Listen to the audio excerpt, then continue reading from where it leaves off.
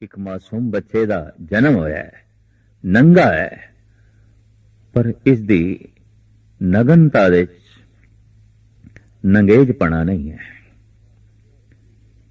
इसका नंगा शरीर लोभ की प्रदर्शनी नहीं कर रहा। इसका नंगा शरीर वासना की प्रदर्शनी नहीं कर रहा।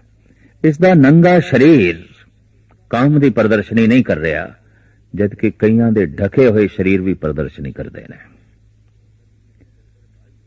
गंदगी ते चद्दर पाई है, चद्दर दे चों भी बदबू बाहर आ गई है, चद्दर दे चों भी गंद बाहर आ गई है।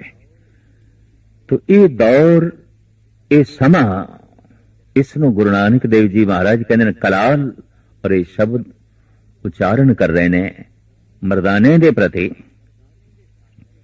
मर्दाने दे सामने इस युग की नगनता सतगुरु पेश कर रहे हैं।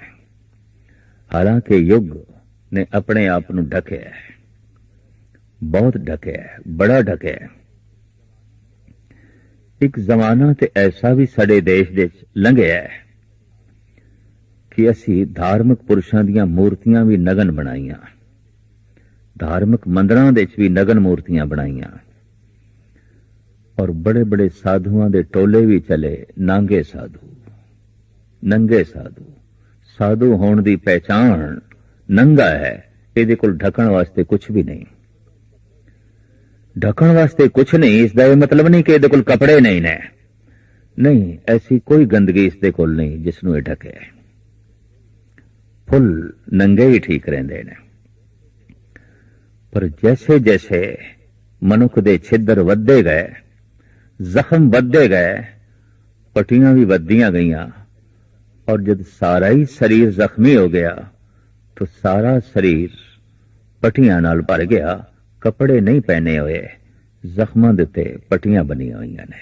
हकीकत यह है, हमा तन दागदार शुदम पुंबा कुजा कुजा ने हम। ये सूफी संत कहंदा है रोम रोम जख्मी है, किथे किथे मैं पुंबा रखा ते पट्टी बन्ना, ते जिमें पट्टियां इतनियां बना रोम रोम दे उत्ते, ते पट्टियां ते मेरा लिबास बन जाणगियां, पट्टियां मेरा पहरावा बन जाणगियां। गुनाह नूं ढकण लई जो कपड़े पहने, वो कपड़े लिबास बन गए, वो कपड़े फैशन बन गए, वो कपड़े समाज दा अंग बन गए। वरना गुरु नानक देव जी महाराज कहंदे ने ये एहसास पशुआं च नहीं पैदा होया, विस्माद नांगे फिरे जंत। महाराज कहंदे ने मैं ते विस्माद हो जाना, पशु नंगे ही घूम रहे ने। इन्हां दी नगनता लोभ दी प्रदर्शनी नहीं करदी, इन्हां दी नगनता अहंकार दी प्रदर्शनी नहीं करदी, इन्हां दी नगनता वासना दी प्रदर्शनी नहीं करदी। मनुखता दे आद काल दे मनुख जद निर्दोष सी, इतना ही निर्दोष जैसे कि पशु ते पक्षी ने, कपड़ियां दी लोड़ नहीं सी। दोष वधदे गए, कपड़े वधदे गए, सहजे सहजे समाज दा हिस्सा बन गए कपड़े। जो कपड़े पहन रहे है भले मानस है, निर्दोष है, हुण नंगा दोषी कहलाण लग पिया। इस वास्ते दोषी मनुख नूं असीं कह दिंदे आ बड़ा नंगा मनुख है, ये ते बड़ा नंगा है। कमाल दी गल, एक दौर ऐसा लंघिया, ये ते बहुत गुनाहगार है, सब कुछ ढक के रखे है, ढकिया होया है। परिभाषा बदल गई, ये ते बहुत नंगा है, ये ते बहुत नंगा है। वक्त दा तकाजा, समय दा प्रभाव। तो ये शब्द धन गुरु नानक देव जी महाराज ने मर्दाने दे प्रति उच्चारण किया है। कल कलवाली काम मद मनुआ पेवण हार। एक कल आम पर चलता है शराबो कबाब, कबाब नाल शराब जुड़ गई, शराब नाल कबाब जुड़ गया। ऐसा क्यों? शराब और हलवा इंज नहीं कहते, शराब और मिठाई ऐसा नहीं कहते, शराब और रोटी ऐसा नहीं कहते, शराब और अंब ऐसा नहीं कहते, शराब और कबाब। लगता है कुछ जरूर चोली दामन का साथ है।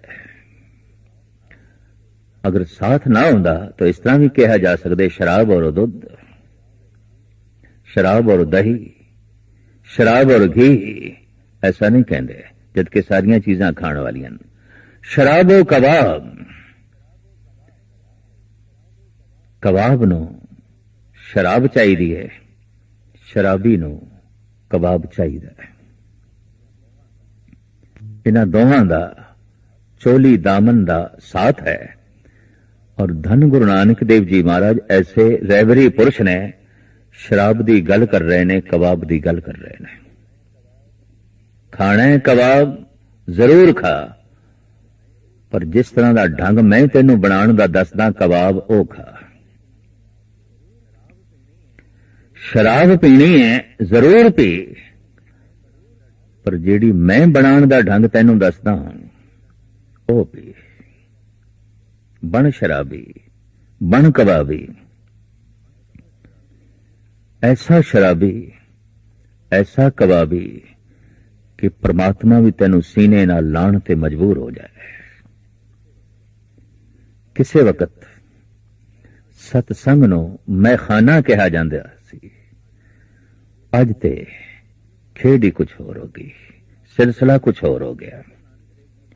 धन गुरु नानक देव जी महाराज कहते ने ये युग कलाल है। अगर ये कलाल है तो इसदे कोल शराब केड़ी है?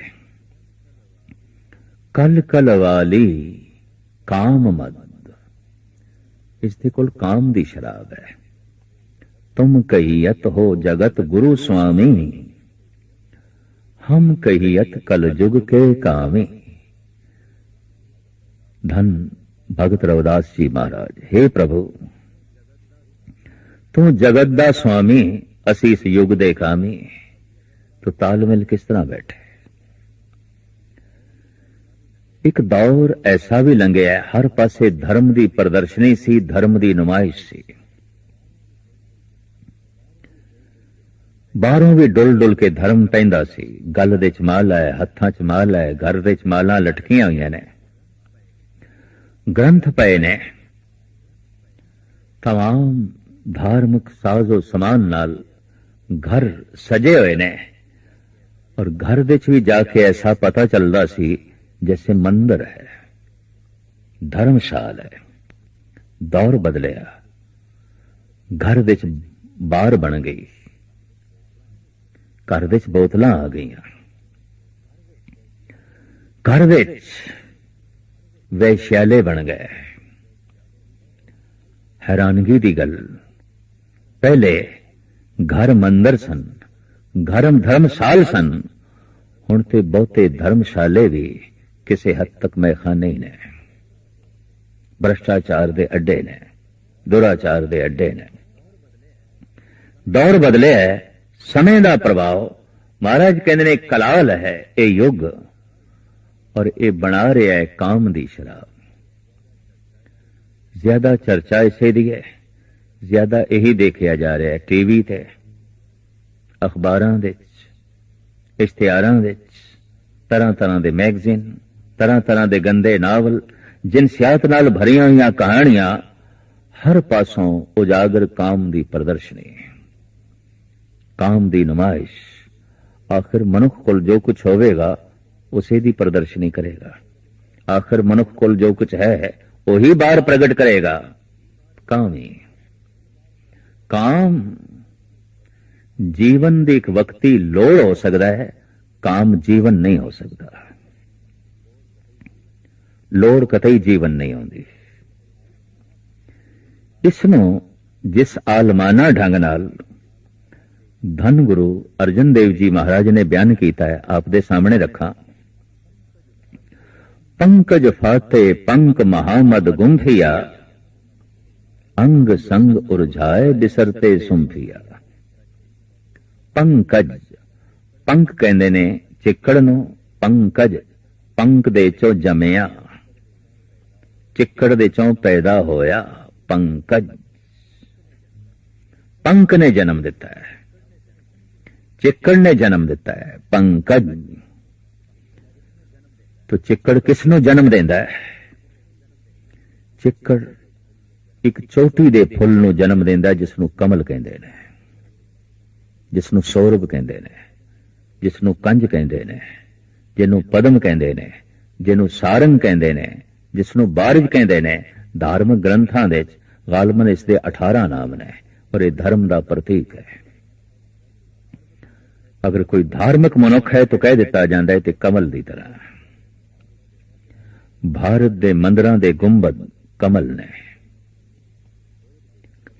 बौद्ध भिक्षु जद सवेरे सवेरे भिक्षा लई चलते ने हथ विच कमल की पंखड़ी लैके, ताकि एहसास रहे विचर रहे हैं बाजार विच गलियां विच कमल की तरह रहना है, डुबना भी नहीं भिजना भी नहीं। महाराज कहते पंकज फाते पंक, जो पंक तो जमया सी चिक्कड़ तो जमया सी, महाराज कहते चिक्कड़ी च फस के रह गया। पंकज फाते पंक, पंकज पंक दे फस के रह गया। कदी ऐसा होंदा है सरोवर दा पानी सुकण लग पैंदा है ते बाहर दे जल झरने जो इस विच आ रहे सन वो अवरुद्ध हो जाते ने, रुक जाते ने, पानी नीवा होने लग पैंदा है। और इतना नीवा कि चिक्कड़ दिखाई देन लग पैंदा है। और वो कमल जो बहुत ऊपर उठया होया सी चिक्कड़ दे नेड़े चला गया। पानी दे आसरे थे बहुत उच्चा उठया सी, बहुत उच्चा उठया सी, नीवा चला गया, थल्ले चला गया। लेकिन अचानक जोर दी बारिश हो गई। चारों पासें दा जल झरना झरनियां दा रूप धारण कर सरोवर दी तरफ आया और सरोवर बड़ी तेजी नाल भरन लग पिया। जितनी तेजी नाल पानी उच्चा हो रहा है इतनी तेजी नाल कमल उठ ना सकिया।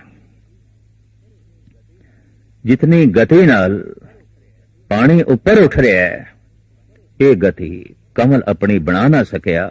होया कि पानी ऊपर चला गया, कमल थल्ले चला गया। चिक्कड़ तो जमया फिर चिक्कड़ दे फस गया।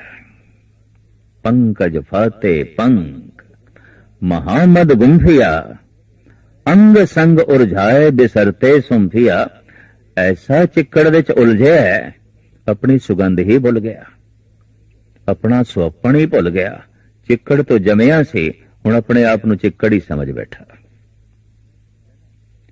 जन्म काम तो है, अगर जीवन भी काम बन जाए तो चिक्कड़ तो जमया ये कमल चिक्कड़ विच लीन हो गया। चिक्कड़ चिक्कड़ ही बन के रह गया, चिक्कड़ कमल नहीं हो सकिया। काम राम हो जाए तो चिक्कड़ कमल बन गया। काम सिर्फ काम ही रह जाए तो कमल चिक्कड़ विच फस के रह गया।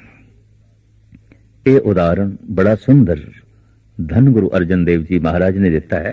काम तो जमया ये जीव काम दे च ही फस के रह गया। चारों पासे अज नाटक, फिल्मां, मैगजीन, इश्तिहारी दुनिया, अखबारी दुनिया, टीवी दी दुनिया, रेडियो दी दुनिया, समाजिक दुनिया, राजनैतिक दुनिया, हता कि धार्मिक दुनिया भी काम दी नुमाइश तो बिना होर कुछ रह नहीं गई। चारों पासे इस दी प्रदर्शनी। कारण ये जिहड़ा युग है एक कलाल है ही दे कोल शराब, यही शराब है। मनुखां नूं किसे होर सरूर दा पता ही नहीं, किसे होर नशे दा पता ही नहीं। दुनिया दे सारे नशे भी काम दे आले दुआले मंडला रहे ने और काम परबल नशा जिस दे मनुख बेसुरत, मनुख बेहोश। ये गल वखरी है कि इतना खुल के इस विषय पे इतना बोलिया नहीं गया, लिखया नहीं गया। और जद किसी ने कुछ लिखया है तो उस ग्रंथ नूं धर्म ग्रंथ नहीं आखिया गया। जद कोई बोलिया है तो उन्हां बोलां नूं धार्मिक बोल नहीं आख्या गया। हद हो गई। जिस तो जीवन जमिया है उस मन दे बोल इनू एक पासे रख दईए, धर्म का हिस्सा ना मानीए, तो फिर ये तो इंज होई जिवें कह दईए जन्म ही नहीं होया, या जिथों जन्म होया असीं इसनूं मनदे ही नहीं। जीवन उदों सफल हो जाता है ये जम्मे काम दे चों ये लीन होवे राम दे, यात्रा सफल हो जाती है। चिक्कड़ तो जमे है पर चिक्कड़ ते पानी दोहां तो उच्चा उठे। काम तो जमे है पर एक काम ते पदार्थां दोहां तो उच्चा उठे। पानी तो भी उच्चा उठे। कई दफा जोर नाल वधिया होया पानी भी डुबो के रख देंदा है, ऊपर नहीं उठन देंदा।